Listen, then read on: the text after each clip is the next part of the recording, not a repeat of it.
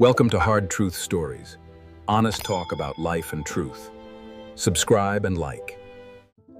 I came back from my trip without warning, thinking it would be a pleasant surprise. The cab dropped me off at the iron gates of our house on Riverside Drive, overlooking the Hudson. It was late, close to midnight, yet the house was blazing with light and loud music. It's poured out into the quiet street. That alone made my stomach tighten. I left my suitcase by the gate and walked along the driveway, keeping close to the hedges, instinctively staying out of sight. On the terrace, separated from the noise by a glass door, my wife Margaret sat alone in a wicker chair, hunched over, shaking as if from cold, silently crying into her hands. Inside, in the living room, my son Daniel was raising champagne glasses with his wife Emily and her parents. They were laughing, celebrating something, clinking crystal as if this were their house. None of them noticed me. None of them noticed Margaret. And even before I heard a single word, I understood everything. My name is Richard Collins. I am not a billionaire. I am not a tycoon. I am a New York businessman who built everything with his own hands and his own head, working from early morning until long after dark. For decades, I believed I had built something solid, a family, a future, a legacy. But that night, I realized the most dangerous enemy had been sitting at my table for years, eating my food, smiling at me. I want to tell you how, in one single night, I lost my son and, at the same time, saved my family. It was the most terrifying decision of my life. If you have the courage, stay with me until the end. When I say New York, I do not mean postcards or movies. For me, it means early mornings on the river, the smell of rain on stone, the quiet dignity of neighborhoods where people mind their business and earn what they have. Margaret and I had been together for almost 40 years. Saying that number out loud still scares me. We met when we were young, back when neither of us had anything. I had an idea back then. Small boutique hotels, not skyscrapers with endless rooms and glass walls, but warm, intimate places where people could feel at home. Only better. Margaret was not just my wife. She was my partner. I handled construction, financing, negotiations. She handled everything else, including the soul of the business. In the early years, she personally inspected rooms after housekeeping, checked sheets for cleanliness, reviewed every invoice, tracked every dollar. She knew every employee by name, knew whose kids were sick, whose parents needed help. I built the walls, she gave them life. Over time, we built 5 boutique hotels across Manhattan and Brooklyn. Modest, solid, respected. We bought our house on Riverside Drive. We never chased luxury for its own sake. No private jets, no yachts. We lived well, quietly with dignity. Everything we did for our son. Daniel was our only child. We gave him the best education we could. Private schools, tutors, college in architecture. He was talented, smart, capable. He even worked on a few design concepts for our new projects, and I will be honest, he did well. I believed he would eventually take over the business. Then he met Emily. Emily came from a powerful family. Her father was the kind of man who never raised his voice and never lifted a finger, yet somehow always got his way. Money, influence, connections. Everything had already been arranged for her since birth. At first, I thought this relationship might motivate Daniel, push him to prove himself. I was wrong. Very quickly, he grew accustomed to an easy life.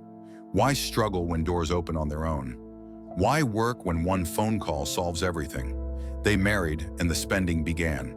Luxury restaurants, resorts, designer clothes, expensive cars. And every time the same question came back to me. Who paid for all of this? The answer was always the same. Margaret noticed the change first. She always did. In the evenings, she would say quietly, "Richard, he's drifting away. He's becoming someone else."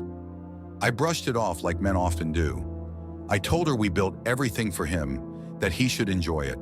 But inside me grew a constant, dull anxiety, like a toothache that never goes away.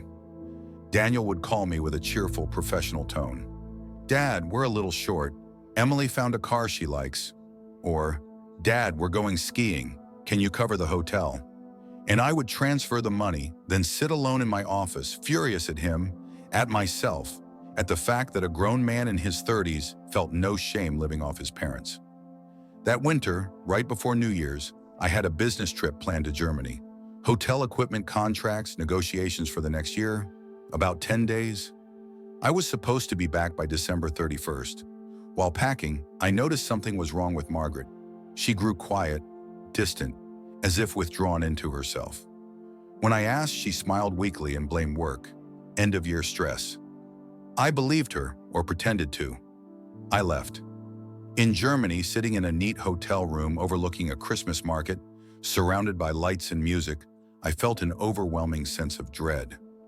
I called Margaret repeatedly. Her voice was calm, too calm. "Everything's fine, Richard. Focus on work.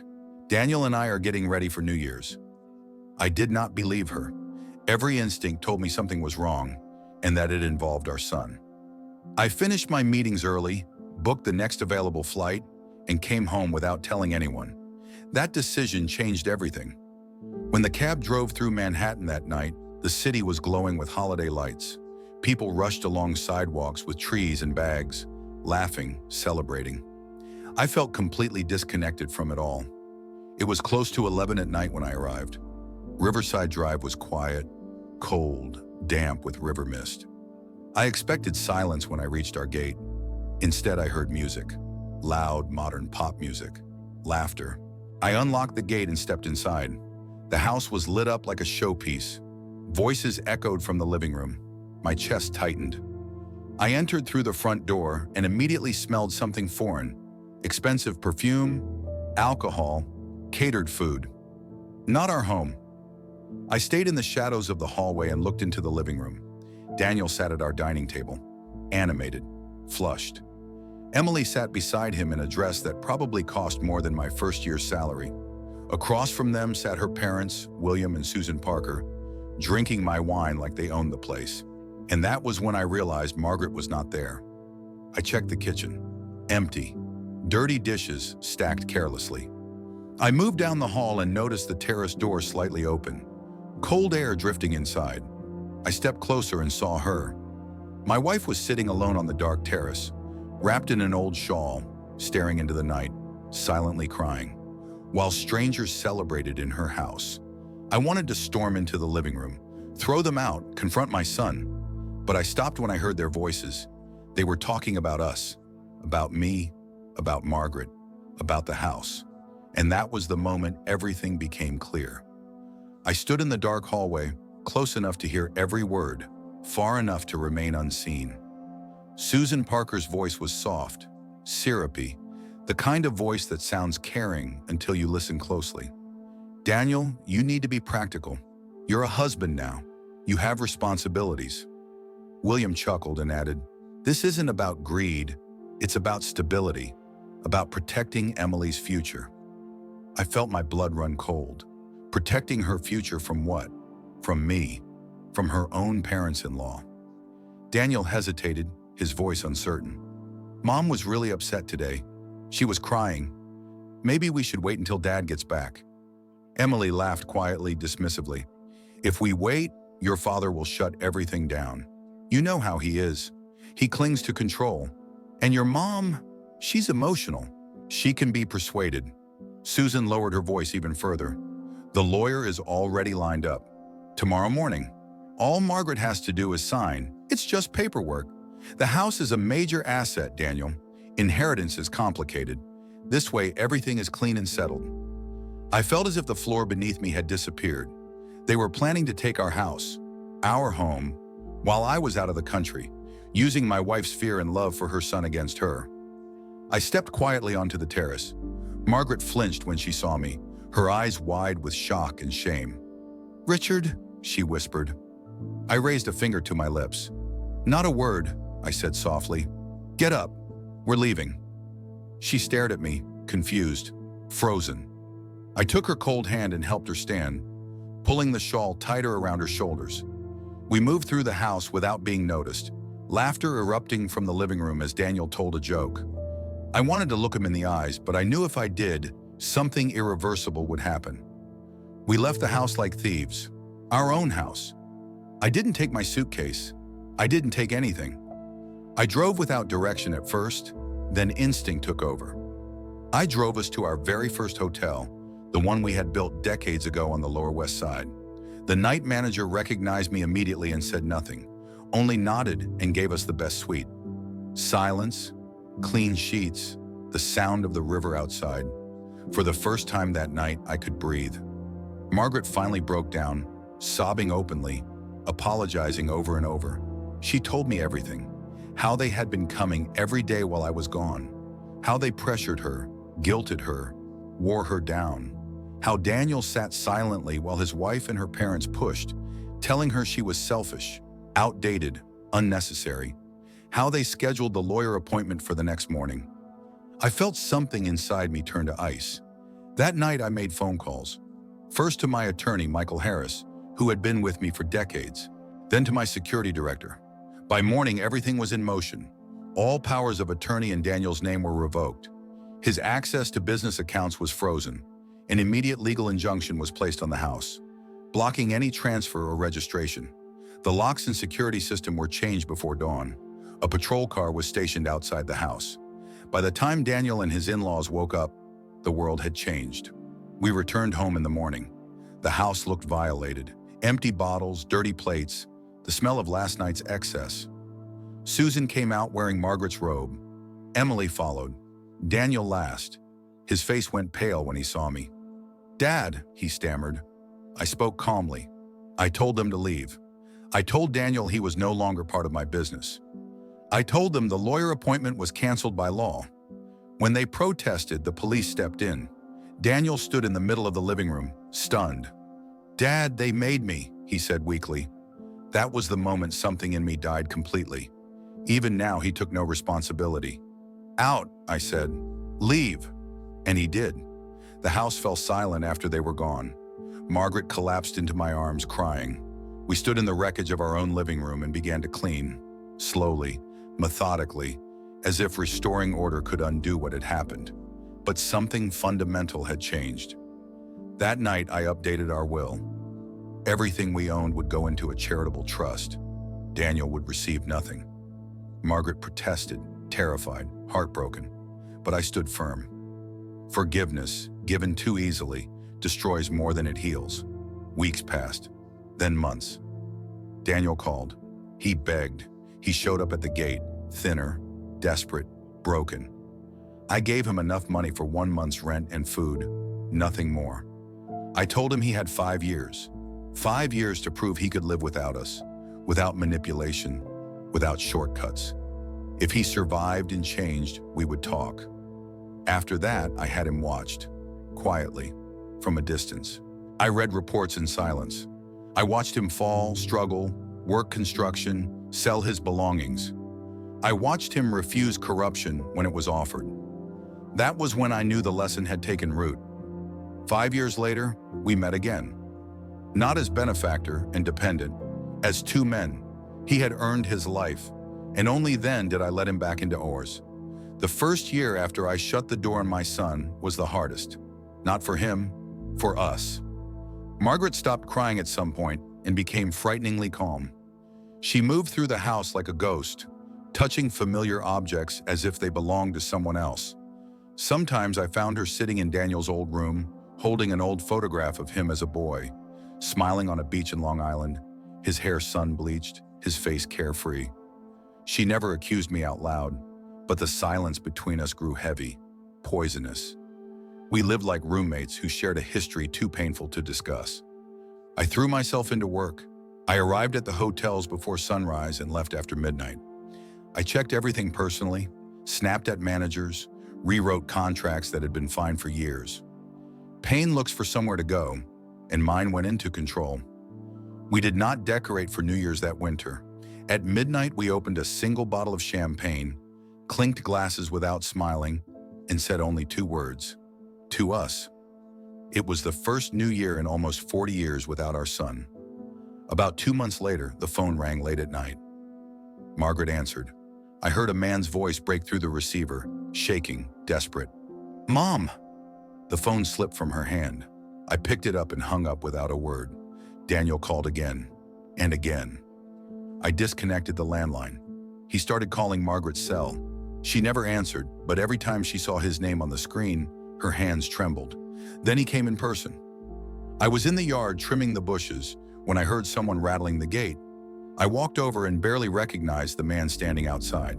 He was thinner, unshaven, wearing a cheap jacket despite the cold wind off the river.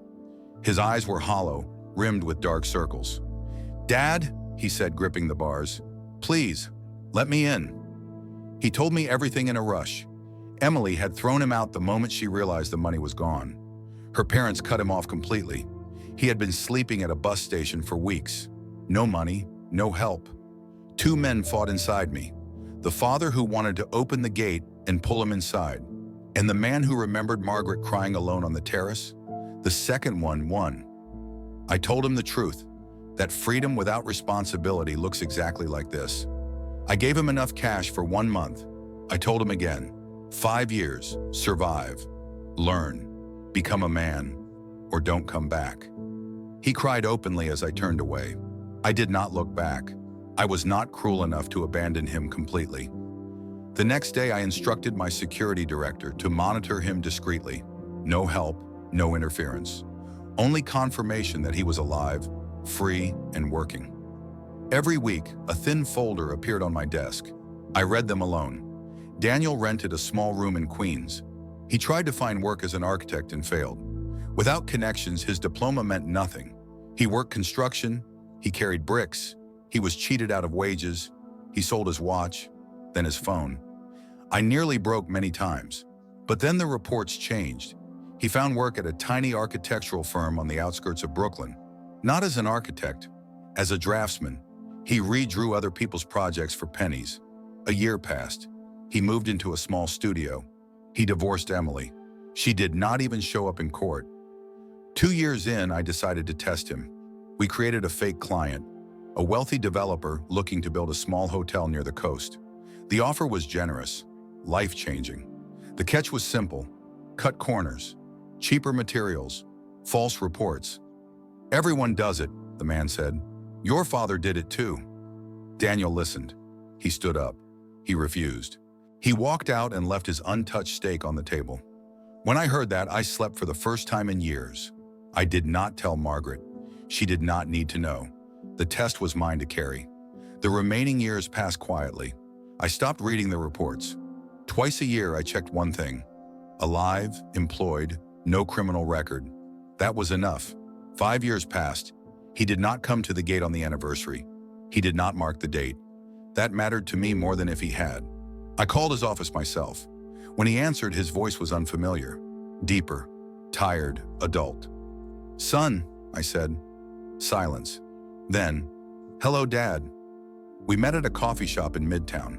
Neutral ground. He arrived in a simple suit, clean, well-fitted. He looked older than his age.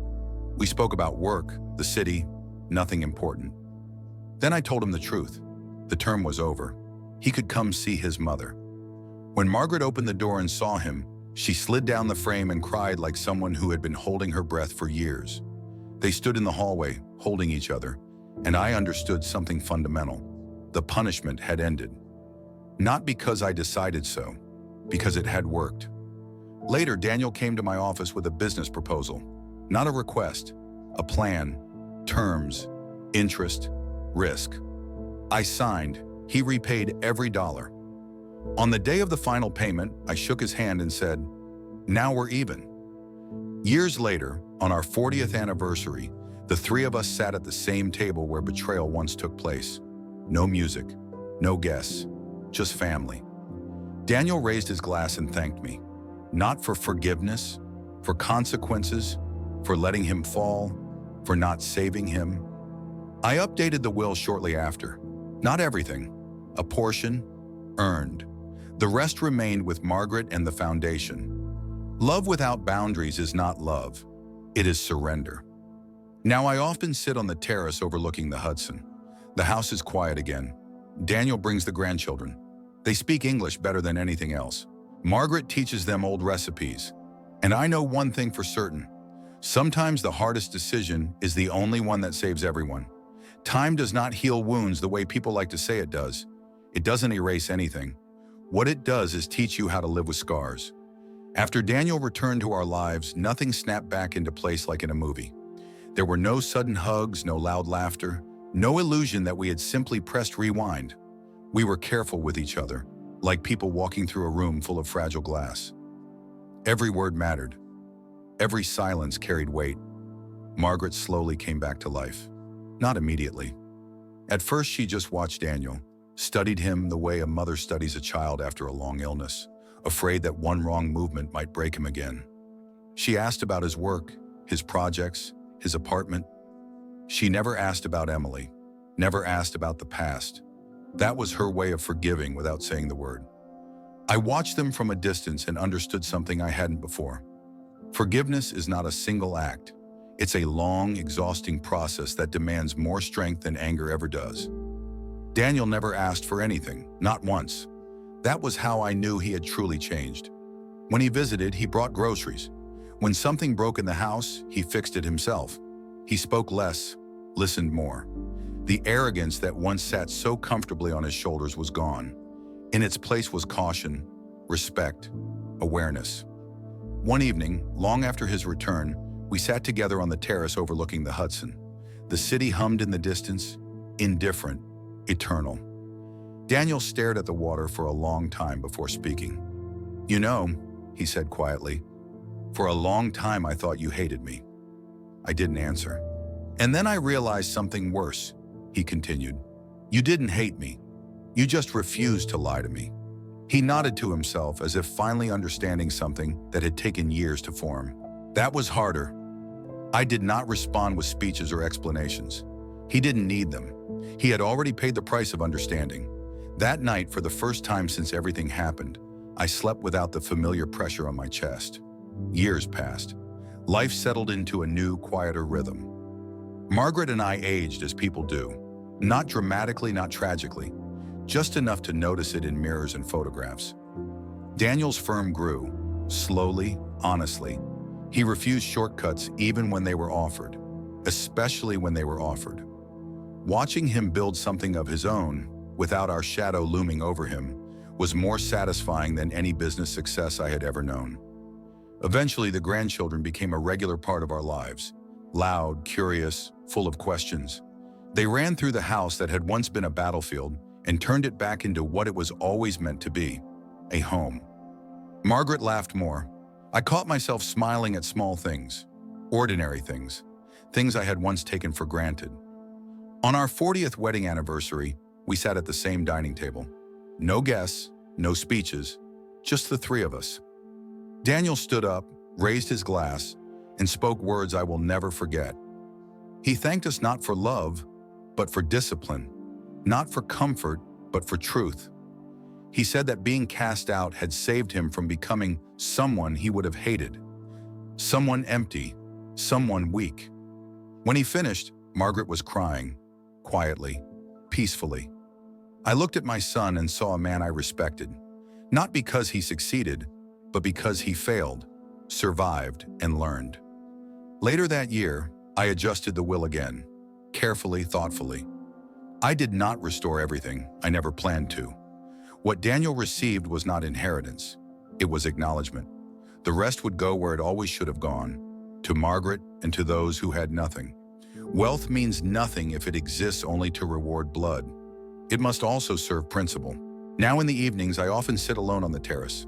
The Hudson moves slowly below, unconcerned with human drama. I think about that night when I came home unannounced, about the music, the laughter, the betrayal. I think about how close we came to losing everything that mattered, and I understand this one simple truth more clearly than ever. Real love is not blind. It does not excuse everything. It does not protect people from consequences. Sometimes the most loving act is to step back, close the door, and allow someone to face the results of their choices. Mercy without responsibility is not mercy. It is negligence. If you are listening to this and standing at the edge of a decision you are afraid to make, know this: avoiding pain does not prevent it. It only delays it. And sometimes the decision that feels like the end of the world is the very thing that saves it. That is my story.